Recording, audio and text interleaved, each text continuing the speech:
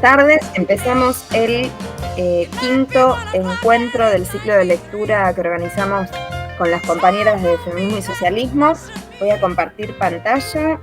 Bien, bueno, entonces hoy nos toca el capítulo 3, que hicimos una modificación en el cronograma, estaba recontra dividido este capítulo, pero bueno, finalmente vamos a ver si lo comprimimos y lo puntuamos hoy, más que nada para conversar lo que sea que nos genere interés de intercambiar. El capítulo 3, género, diferencia y desigualdad, introducción, biología, cultura y desigualdad, en el origen existió el matriarcado, mundos domésticos y mundos públicos, el género como campo de conocimiento, género, sexo y sexualidad. Bueno, en la introducción, entonces, desde el feminismo como movimiento social político con injerencia en la elaboración teórica, más allá de la actividad política, plantea que el movimiento feminista tuvo una repercusión importante, como no podía ser de otra manera, en tanto movimiento político y también elaboración teórica, en los modos de conceptualización y en el discurso científico. Que se plasmó esto en el mundo académico, en la necesidad de transformar las bases del conocimiento. Y las autoras afirman que esta necesidad de transformar las bases del conocimiento es una dimensión necesaria para el logro de los objetivos emancipadores del feminismo. Entonces, esta transformación de las bases del conocimiento se va produciendo progresiva y paulatinamente de manera transversal en diversas disciplinas, pero el texto en principio pone el foco en la cuestión antropológica, en la disciplina de la antropología. Entonces dice que en la antropología social fue un terreno privilegiado donde germinaron desde comienzos de los años 70 nuevos desarrollos teóricos bajo el impacto del feminismo de dentro y fuera de la academia.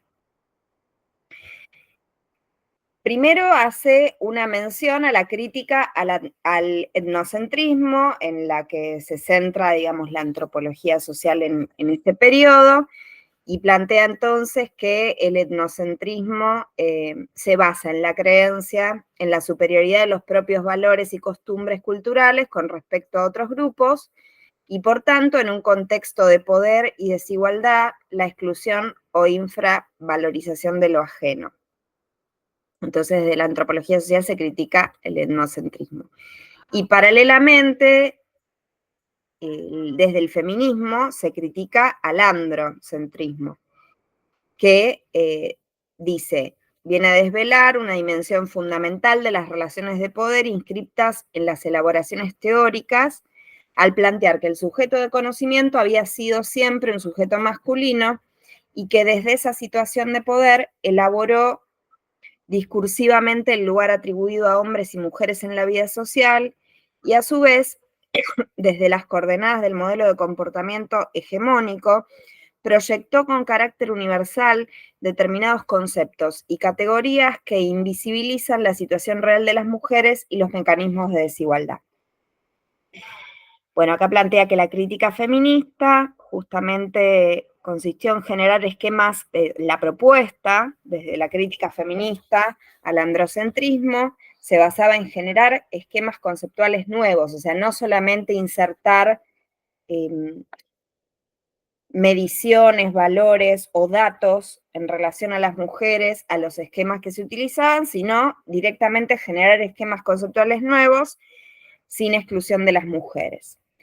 Y acá se presenta al género como categoría de análisis, dice que, bueno, que lo toman ya de lo que había elaborado Simone de Beauvoir, pero que se constituye, se termina de categorizar como concepto, como herramienta instrumental, el género, como categoría de análisis, para designar la elaboración cultural de las asignaciones y mandatos atribuidos a hombres y mujeres.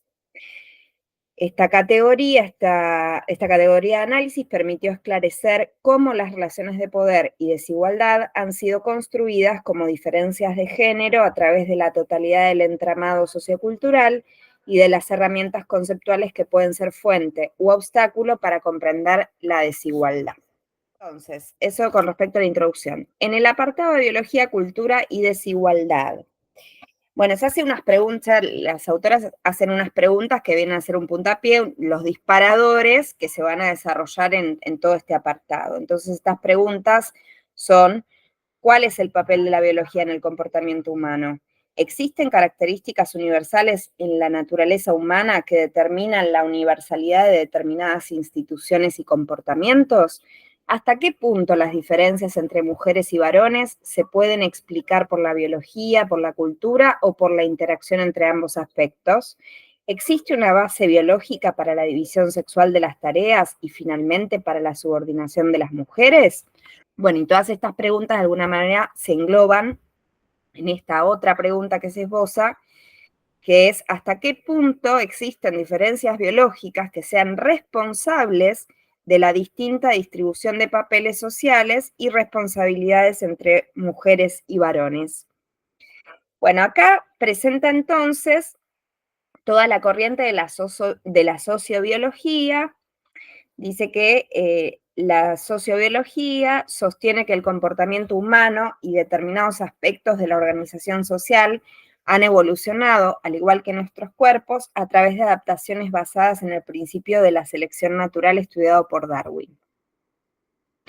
Entonces, lo que dicen las autoras es que la sociobiología no es que solamente pretende dar cuenta de las capacidades físicas para el comportamiento que proporciona la biología, sino que establece bases genéticas para comportamientos humanos enormemente complejos y para características que se expresan de manera muy variable por diferentes individuos y culturas.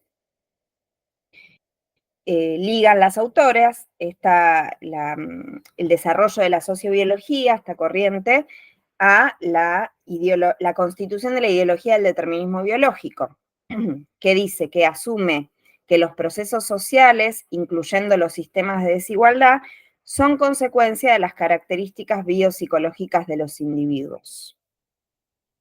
Entonces acá hacen, un punteo de todas las críticas que se realizaron desde las ciencias biológicas y desde la psicología a esta ideología del determinismo biológico. Bueno, dice, se equipara lo innato a lo inmutable, basa sus argumentaciones en la pretensión de que la naturaleza humana, entendida como las tendencias biológicas que comparten todos los seres humanos, da lugar a sociedades jerárquicamente organizadas en términos de estatus, riqueza y poder. Bien, y las autoras, en el desarrollo de la crítica a esta ideología del determinismo biológico, lo que plantean es que es una trampa reduccionista esta visión. Ellas dicen: los organismos son sistemas abiertos que incorporan nuevo material y energía procedente del exterior, cambian y se desarrollan, y ello de una manera constante. No se pueden asignar en general papeles separados a los factores internos y externos a la hora de determinar el organismo. Una comprensión adecuada de los orígenes de la naturaleza y de la diversidad humana se apoya en el conocimiento de dos características fundamentales de los organismos.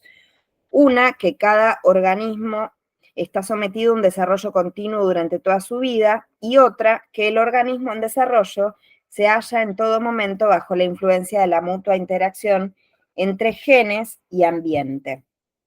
Asimismo, las diferencias que se dan en el ambiente social de un individuo durante el desarrollo pueden derivar tanto en modificaciones de la biología del cerebro y del cuerpo como en el mismo comportamiento.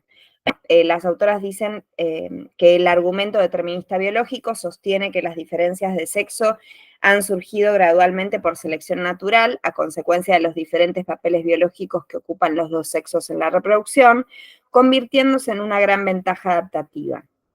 Las desigualdades no solo son inevitables desde este punto de esta óptica, sino que también son justificadas a través de su función, tienen una funcionalidad.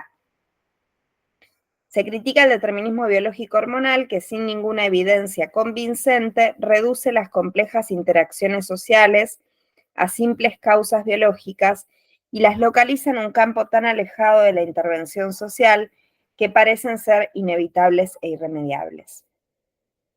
Con respecto a los estudios que intentan probar habilidades naturales diferenciales entre hombres y mujeres basadas en una evolución diferencial del cerebro, dicen el grado de variación, o sea, ellas toman investigaciones que dicen que el grado de variación es mayor entre los machos o entre las hembras que entre los sexos. Esto lo vimos también, estaba mencionado, si no me equivoco, en el libro de Rasti y Pérez Álvarez, Nadie nace, cuando ellos cuestionan lo que desde el queerismo se quiere instalar como cerebros azules, cerebros rosas, y justamente mencionaban esto, o sea que es mayor la variabilidad de diferencias cerebrales entre las propias personas de un mismo sexo que entre los sexos en sí. Bueno, los modelos animales como espejo de la realidad social.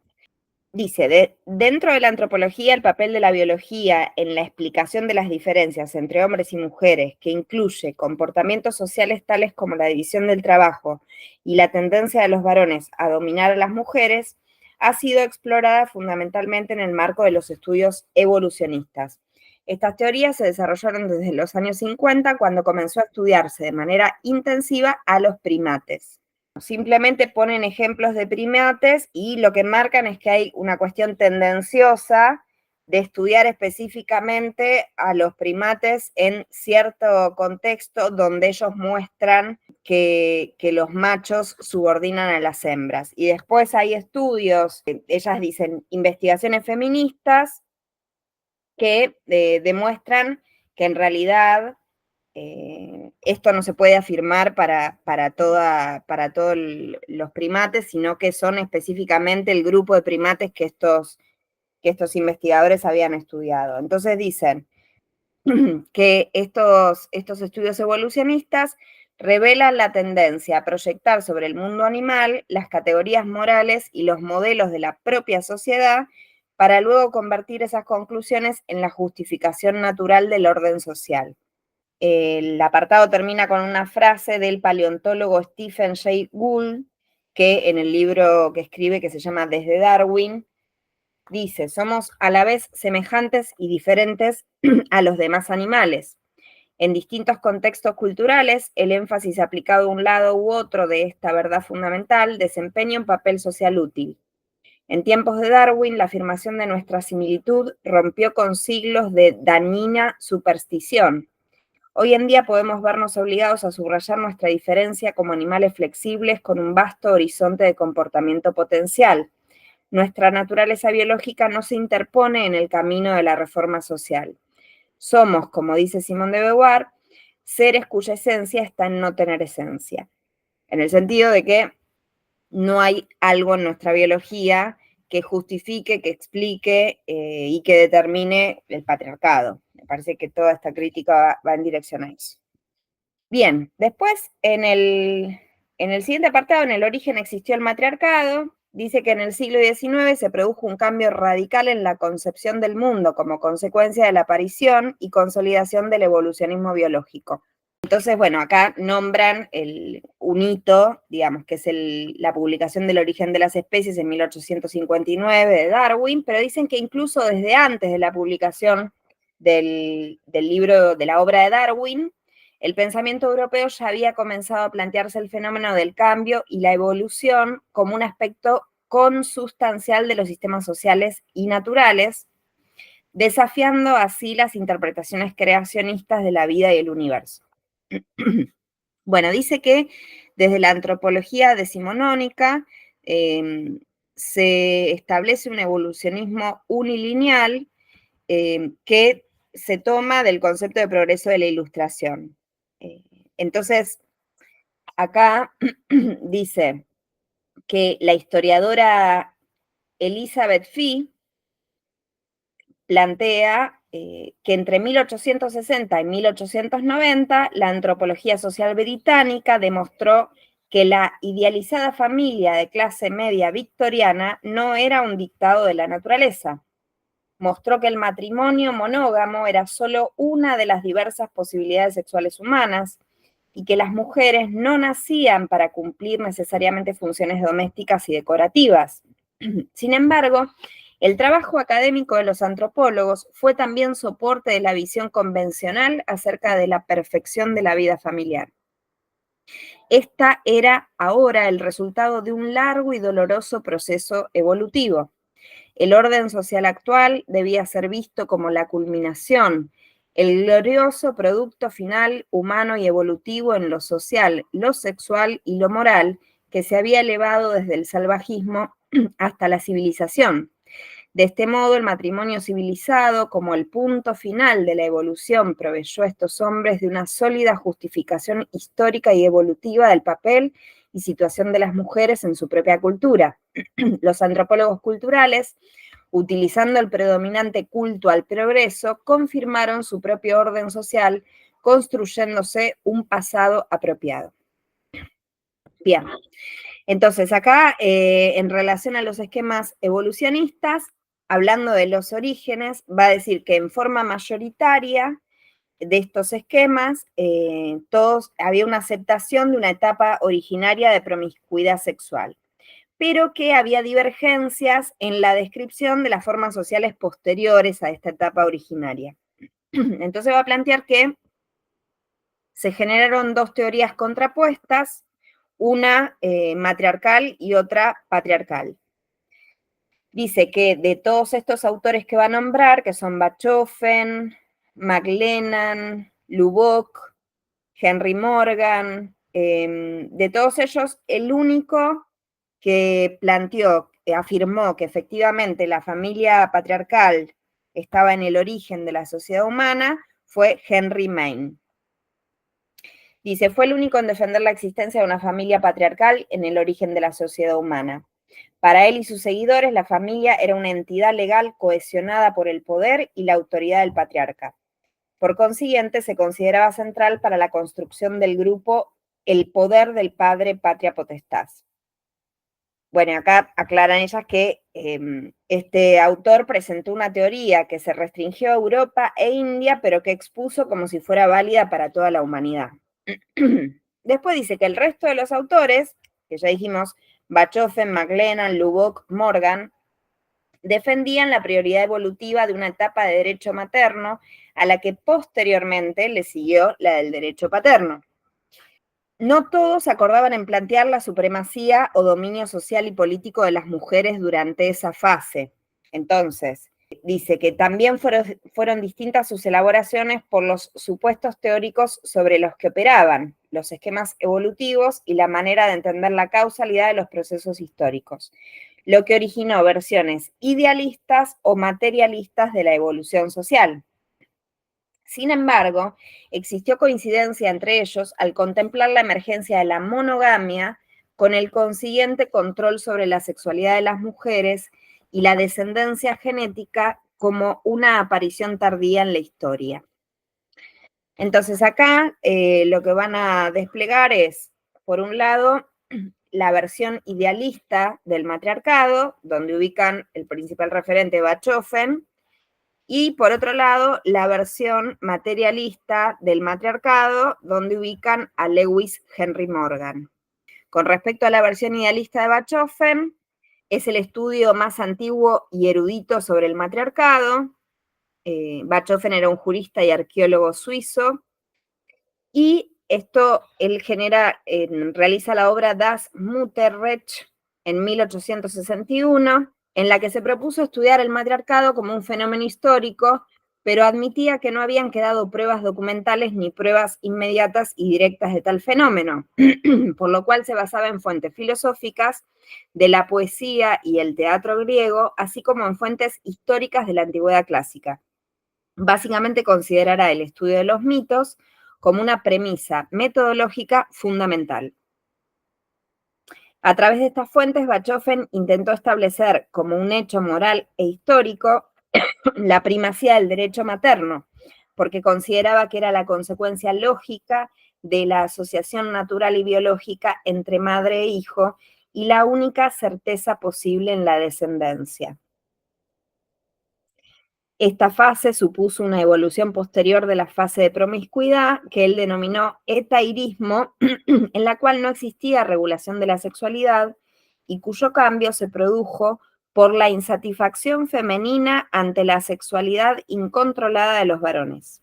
Lo que va a decir también Bachofen es que en un momento avanzado de esta etapa de derecho materno, como él la nomina, se ubica el sistema ginecocrático, en el que el poder doméstico, religioso y político está en manos de las mujeres, quienes ejercen la justicia, ponen fin a las batallas y negocian la paz. La estructura política y las leyes de filiación quedaron, a juicio de Bachofen, reflejadas en los cultos a las deidades femeninas de la Madre Tierra y consideró como evidencia de la existencia de este periodo matriarcal la prominencia de las mujeres en los mitos y símbolos de los estados arcaicos de Grecia, Egipto, India y Roma. Esta es la visión, la versión idealista de Bachofen sobre la existencia del matriarcado. Y después está la versión materialista de Lewis Henry Morgan de la existencia del matriarcado. Dicen las autoras que en 1871 publicó la obra Ancient Society, en la que planteó un esquema de la evolución dividido en 3 amplios estadios: salvajismo, barbarie y civilización, cuyas transiciones y características venían marcadas por las innovaciones tecnológicas y los cambios cualitativos en los patrones de subsistencia. Por este principio metodológico y por la influencia en Marx y Engels, se lo ha considerado en la historia de la antropología un iniciador de un modelo materialista en la evolución social, aunque otros consideran que la característica de todos los evolucionistas fue su confuso eclecticismo. Lo que van a decir las autoras es que Morgan tuvo un impacto en la obra de Engels, porque Engels también se inclinó a favor de la defensa, o sea, de sostener que había existido una etapa de derecho materno, y a pesar de que Engels consideraba a Bachofen como un idealista, o sea, que sostenía una visión idealista del fenómeno que hacía de la religión el principio motor de la historia, compartió no solo con Morgan, sino también con Bachofen ideas sobre el origen de la monogamia y consideró que el comunismo primitivo terminó porque las mujeres lo consideraron degradante. Bueno, acá hay una cita de Engels, que termina diciendo: solo después de que por obra de las mujeres se pasara al matrimonio de parejas, pensaron los hombres en introducir la monogamia estricta. Crítica antropológica en el siglo XX. La revisión feminista de las teorías antropológicas puso de relieve que todos los etnólogos evolucionistas, a pesar de las diferencias con respecto a los orígenes patriarcales o matriarcales, sostuvieron los mismos estereotipos sexistas. Todos ellos consideran a los varones como agresivos y competidores frente a las mujeres, caracterizadas por su sumisión y dependencia. Suponían que la agresividad, los celos y la competencia eran el resultado del carácter viril y potente del varón, mientras que la actitud resistente y limitadora de la mujer en lo sexual era la base de su supuesto carácter débil, sumiso, dependiente e inactivo. Rescatan las autoras una crítica a una confusión terminológica fundamental de estos autores, en la que el matriarcado se confunde con sistema matrilineal. Esto es algo que también diferencia Gerda Lerner en el libro de la creación del patriarcado, señalando lo mismo, que habían confundido con sistema matrilineal en relación a la descendencia con matriarcado. Entonces dicen estas autoras: en ningún ejemplo contemporáneo o histórico de matrilinealidad se encuentra el poder político en manos de las mujeres. La existencia de la filiación matrilineal no es importante para el estatus de las mujeres, ya que el jefe o grupo de filiación no es la madre, sino el hermano de la madre. Toman las autoras a la antropóloga Joan Bamberger, que dice: ella hace un trabajo, un estudio sobre el mito. Entonces, esta antropóloga analiza cuál es la función social que cumple el mito. Dice: el mito puede convertirse mediante repetición de su relato en historia moral de la acción. Acá está diciendo, más allá de si estos mitos sobre las deidades, de las mujeres y el supuesto matriarcado y el supuesto momento en el que ellos tuvieron poder fueron reales o no, ella dice: la repetición de este mito cumple una función social que es acorde al patriarcado. Función social del mito. Repiten que las mujeres tuvieron en un tiempo el poder en sus manos para luego perderlo como resultado de una conducta inapropiada y por tanto reiteran que las mujeres no supieron manejar el poder. Asimismo, se desprende de ellos una imagen de mujer elevada a la categoría de diosa o de niña, siempre ligada a una idea de caos, desgobierno o sexualidad desenfrenada. El mito reafirma dogmáticamente la inferioridad de la condición femenina y por ello no puede esperarse que comparta las tareas de la comunidad en igualdad de condiciones con los varones. El mito del matriarcado es solo el instrumento utilizado para mantener a la mujer en su lugar. Para liberarla es preciso destruir el mito. Y acá ya pasamos a mundos domésticos y mundos públicos. Bueno, dicen que la politóloga Carol Pateman dice que la dicotomía entre lo privado y lo público ocupa un papel central en los casi 2 siglos de textos y de lucha política feminista. Para Carol Pateman, esta dicotomía es de lo que trata fundamentalmente el feminismo. Y acá las autoras dicen, para algunas feministas, esta dicotomía es una característica universal, transhistórica y transcultural de la existencia humana, y al mismo tiempo, la crítica feminista se refiere básicamente a la separación y a la oposición entre la esfera pública y privada en la teoría y la práctica liberales. Este debate, como tantos otros en la teoría feminista, se ha enriquecido con las aportaciones desde las diversas disciplinas y tiene importantes implicaciones para el logro de la igualdad, como se pone de manifiesto en el libro. Bueno, en la antropología feminista comenzó este debate a principios de los años 70. Las autoras de este libro dicen que no está concluido. Una de las tareas más importantes consistió en la reconsideración del material etnográfico a la luz de nuevas preguntas y enfoques teóricos, pero también las preocupaciones y los debates de aquel momento giraron en torno a la cuestión sobre la universalidad o no universalidad de la subordinación de las mujeres. Michelle Rosaldo dicen el ensayo Woman, Culture and Society, bueno, a Theoretical Overview, en el que la autora desarrolla un análisis dualista en la explicación de la subordinación de las mujeres. Con este ensayo se inicia desde la antropología feminista el debate acerca de la dicotomía doméstico-público, que ha jalonado luchas y polémicas teóricas feministas desde sus inicios. Bueno, lo que dicen en relación a orientaciones domésticas y orientaciones públicas, de lo que toman de Michelle Rosaldo, es que Michelle Rosaldo defiende que a pesar de la gran variabilidad de papeles desempeñados por hombres y mujeres en todas las sociedades conocidas, existe sin embargo una simetría universal, dado que las actividades masculinas se consideran mucho más importantes que las asignadas a las mujeres. Las mujeres son asociadas con la orientación doméstica, mientras que los varones son asociados con las actividades extradomésticas, políticas y militares. Para Rosaldo, estas características universales se apoyan en la organización social y, por tanto, en consideraciones sociales, no biológicas. Postula que a mayor separación entre las dos esferas, doméstico-pública, más desigualdad entre los sexos.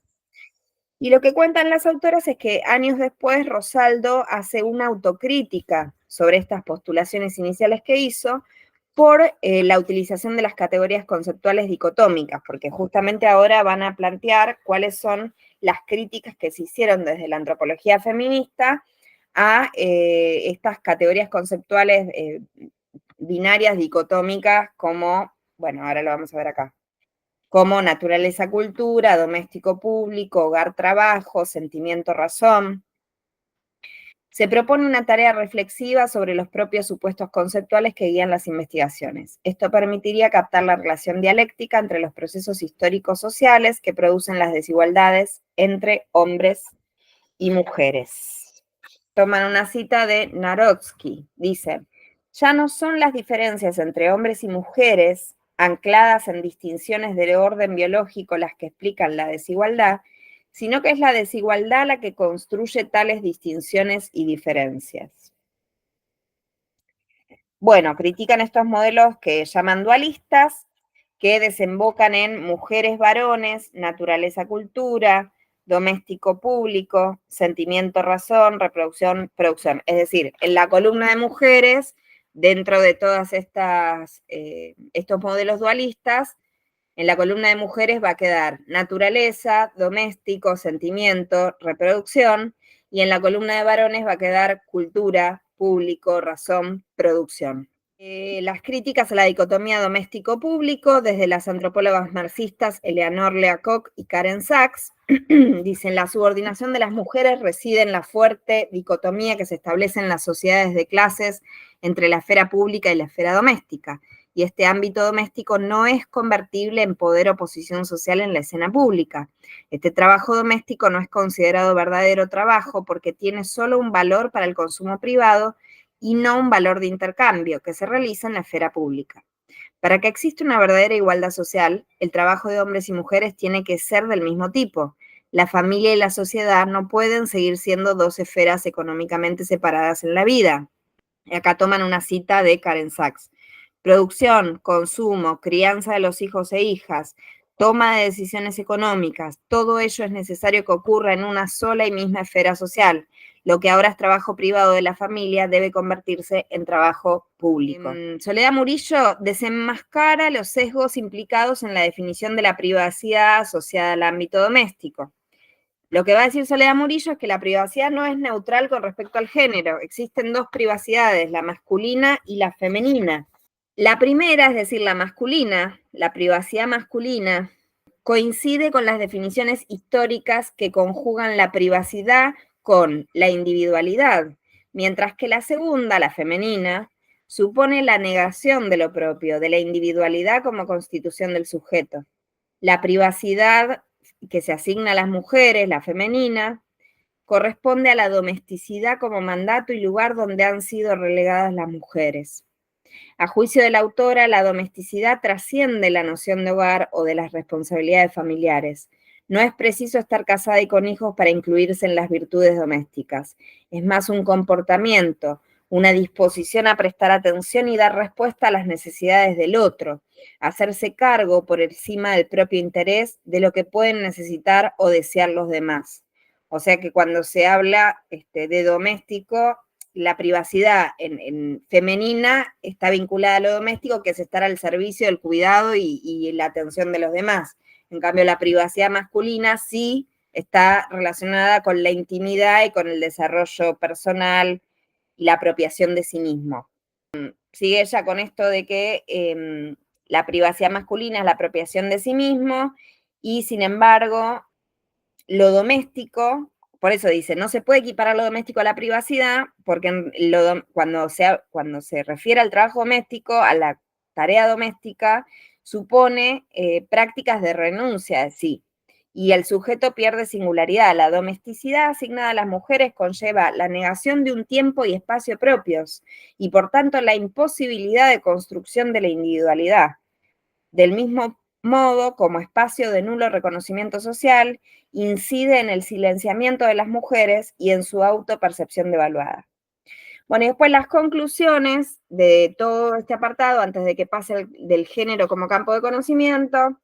Dicen las autoras que la pregunta que se hacía Rosaldo acerca de la universalidad de la subordinación de las mujeres sigue siendo válida y todavía está en debate. Dicen que aquello que se considera doméstico y político, aún dentro de nuestro propio ámbito sociocultural, no se presenta con límites fijos y sus significados son cambiantes, lo cual hace necesaria una mayor precisión conceptual. La necesidad de repensar tanto el espacio público como el espacio privado. La distinción doméstico-público como forma de representación de las diferencias de género ha sido y sigue siendo una manera de organizar la vida económica, política, jurídica y familiar. En virtud de ello se asignan diferencialmente tareas y reconocimientos y se construyen las subjetividades de hombres y mujeres. El género como campo de conocimiento. Bueno, años 70, las académicas feministas anglosajonas sistematizaron el concepto género, construcción sociocultural de los comportamientos, actitudes y sentimientos de hombres y mujeres, instrumento fundamental de la teoría y práctica feministas. Con el concepto género se pretendía acabar con las omnipresentes teorías deterministas biológicas que interpretaban el lugar de hombres y mujeres en la estructura social como consecuencia de características biológicas. Estaba en juego disociar un aspecto de otro para probar que el lugar de hombres y mujeres en la estructura social depende de la organización social y cultural y no de las supuestas diferencias biológicas. Bueno, acá yo lo puse textual. Dice, no de las supuestas diferencias biológicas. Las diferencias biológicas entre los dos sexos existen, no son supuestas. No sé por qué las autoras pusieron supuestas diferencias biológicas, ahora lo podemos charlar.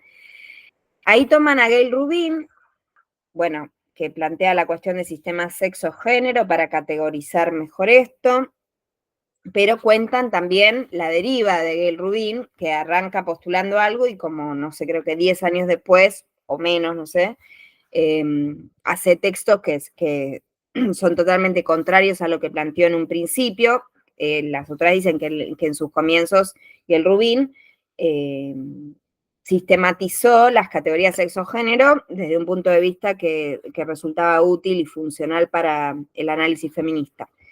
Pero bueno, después modificó sus posiciones. Y para cerrar, puse una frase de Cristina Molina Petit que dice: el feminismo como teoría y como práctica ha de armarse pues contra el género en la medida en que el género es un aparato de poder, es normativa, es heterodesignación, pero ha de pertrecharse con el género como categoría de análisis que le permite justamente ver esta cara oculta del género tras la máscara de lo inocente, actitud natural. Ya de las diapositivas ya está, pero quedan varios apartados que no entraron ahí. Uno es los componentes del género, donde de alguna manera dicen, bueno, todos los elementos conceptuales que el género puede aportar para analizar, para el análisis feminista. Uno de esos componentes del género que toman las autoras es la identidad de género. Por eso, viste, Marta, que yo te decía que desde el avance y la hegemonía que hay hoy en día, desde el queerismo y la ofensiva del transactivismo en relación al movimiento feminista, que nos está borrando como sujeto político del feminismo, la verdad es que no sé si el libro en ese sentido o está desactualizado o simplemente tienen otra posición, pero bueno, ellas hablan de la identidad de género como una categoría de análisis para el feminismo y entiendo que identidad de género no hace más justamente que traernos problemas, ¿no? A las mujeres como sujeto político del feminismo y que entiendo que por lo que venimos estudiando, conversando, reuniéndonos y juntándonos, es contrario a la lucha por la erradicación del género y por la lucha por la liberación de las mujeres. Eso lo comprendo yo, pero bueno, ahora abrimos y cuando quieran abrir, hablen nomás, porque... Y después cuando habla de género, sexo y sexualidad, bueno, nombra a Butler, habla de la proliferación de géneros. En un momento dice, el género también, bueno, en un apartado es, el género también construye al sexo. Toman la clasificación de Anne Fausto Sterling, en su conocido estudio sobre los 5 sexos. Bueno, esta clasificación de Fausto Sterling le dedican unas 3 carillas y dicen en ese apartado final, a través de este planteamiento queda de manifiesto que el sistema de género basado en la dualidad de los comportamientos adecuados de hombres y mujeres precede a la percepción de los rasgos fenotípicos del sexo y este ha de acomodarse a los imperativos del género. En palabras del antropólogo de la sexualidad José Antonio Nieto, se instaura el sexo a través del género en sociedad. Asimismo, se pone de relieve una vez más la frontera difusa que separa la naturaleza de la cultura, mostrando la construcción sociocultural de la misma a través de un sistema de significados, regulaciones normativas e invenciones tecnológicas. Como ha señalado Carol Van, el cuerpo y sus acciones son entendidas de acuerdo a los códigos de significado prevalecientes en una sociedad concreta. Yo no sé si estoy interpretando mal, a mí me da la sensación de que ellas relativizan el concepto de género en el sentido de que es maleable de acuerdo relativizan el concepto de sexo, relativizan la posibilidad de afirmar el dimorfismo sexual. Y en ese sentido, todo lo anterior que habían planteado me parece que estaba estaba bien, y planteando esto de alguna manera están confundiendo, me parece a mí, sexo con género. Y aparte, justo en el libro de Nadie Nace, que Errasti y Pérez Álvarez toman justamente para cuestionar y como ejemplo del delirio de lo que plantea el queerismo, la clasificación de Fausto Sterling.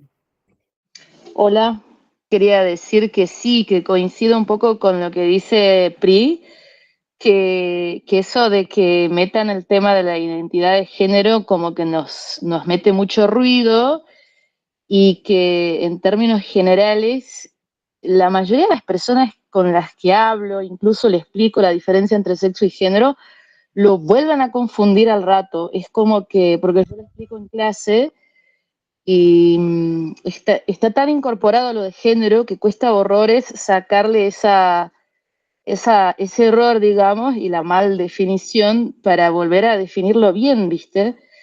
Y sí, estoy de acuerdo con que el género no nos sirve para nada y que hay que, eh, bueno, explicar 50.000 veces si hace falta la diferencia entre sexo y género, incluyendo en eso el sexo biológico. Eso nada más me quedó no me quedó mucho más de ese capítulo, lo encontré como bastante complicado, enredado y con poca información muy útil, digamos. A ver, yo, no, lo que estaba pensando es, con respecto al punto este de identidad de género, a mí lo que me perturba es que lo que se pierde es que al resaltar la identidad de género, lo que se pierde es la relación de poder entre los géneros. Y esto es lo más grave para mi gusto, para el feminismo, que se desvirtúa el eje político del feminismo, precisamente. Más que alguien se identifique femenino o masculino no es lo que me perturba. Lo que me perturba es que eso se considere una identidad cerrada, válida y ajena a lo político y a la relación de poder. Ese sería el punto más perturbador para mí. Más allá de cómo lo estén planteando ellas, que ya te dije, estoy un poco perdida con el texto, pero de todas maneras es el punto. Después yo coincido con que en relación a lo que hablamos sobre matriarcado, no, la herencia fue matrilineal y punto. Eso creo que no hay ningún estudio que determine que realmente existió el poder de las mujeres como tal. Y lo otro que me divertía mucho del texto, que ahora me recordé algo, es que, viste, que pasan a la vida monogámica a partir de la sexualidad desbordada de los varones y la molestia que tenían las mujeres con la vida de una sexualidad comunitaria.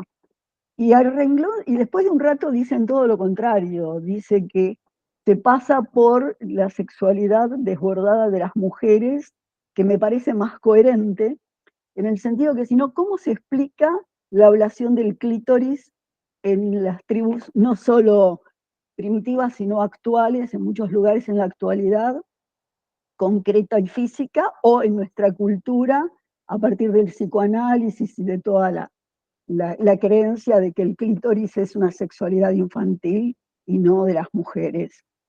¿Se entiende a dónde estoy apuntando? Me parece que es que yo siento como que se pierde en los análisis esta parte, ¿no? Es decir, se ve la ablación del clítoris, pero no se preguntan por qué. ¿Y por qué molesta al patriarcado una sexualidad de las mujeres que es independiente de la reproducción?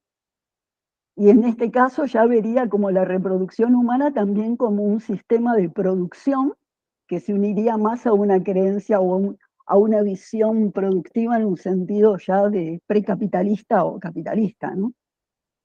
Me estoy yendo por las ramas, pero a mí me perturba esto de que la sexualidad debe estar en función de la reproducción más allá de estar en función del placer. O como eje, que el eje deba ser producir algo, ¿no? Y no simplemente no producir nada. Sí, creo que ahí, si no, no se le dio el valor, digamos, incluso la nominación como categoría y todo, a sexualidad, como algo Claro. independiente del sexo, eso no fue posible pensarlo, porque si vos equiparas sexualidad a sexo, no se puede precisamente dar ese valor fundamental al placer y demás que existe en la sexualidad. Pero por eso creo que para mí que es muy útil en ese sentido entender que el sexo es un dato biológico que está relacionado con el dimorfismo de la especie humana y la potencial funcionalidad que el animal que somos como especie humana, digamos, podría llegar a cumplir en la reproducción, pero eso es otra cosa de la sexualidad. ¿Qué es esto que vos decís? Con la importancia del placer. No, es que no quería interrumpir, no, porque me perdí ahora. Estabas en lo que estabas diciendo en esta historia de que si el placer no estaba, digamos, en la cultura primitiva, el placer no era un motivo de las relaciones sexuales, ¿cuál era el sentido de esa desbordada sexualidad que ejercían? Es decir, se habla todo el tiempo del desborde sexual de los varones o del desborde sexual de las mujeres. Pero ¿cuál era el criterio si no era reproductivo? Es decir, ¿a qué apuntaba ese desborde sexual Claro, que... no sé si es que negaban que podía ser placentero para las mujeres, pero lo condenaban, o sea, estaba mal. Porque es como, es tal cual lo que decís, hay por un lado una caracterización que las dos buscan lo mismo, que es la censura, la represión de la sexualidad de las mujeres, pero por un lado la caracterización de que somos unas locas desenfrenadas por el sexo y que no sé qué, y desquiciadas, irracionales, y si no todo lo contrario, digamos, que somos unas pacatas que solo queremos el vínculo monogámico, matrimonial y que para controlar a los chabones. Pero sea cual sea de las dos opciones por las que se inclinan, está la condena absoluta a cualquier posibilidad de concebir algún goce o placer en la sexualidad de la mujer. Me parece que en los dos casos lo que se hace es condenar, reprimir y censurar cualquier posibilidad de placer en la mujer. Por eso solo se admiten en tanto y en cuanto tenga fines reproductivos. Sí, bueno, no casualmente lo que se cercena, lo que se castra es el clítoris. Claro. Es decir, se castra a las mujeres y no se castra a los varones, si son los desbordados, porque no les cortaron el pene a los tipos. Es como hay una concepción tan patriarcal y tan machista incluso en los análisis, que es terrorífica, ¿no? No sé cómo explicar esto, digo. Las proyecciones son hasta machistas hasta en eso. Es decir, no hay como, no hay como no hay un horror frente a las castraciones de las mujeres y no hay un recupero de por qué se castra a las mujeres y nunca se pensó en castrar a los tipos. Hasta hace unos años que empezaron con la idea de las castraciones químicas, ¿no? Pero es otra historia. Sí. No, estaba escuchando atentamente y pensando.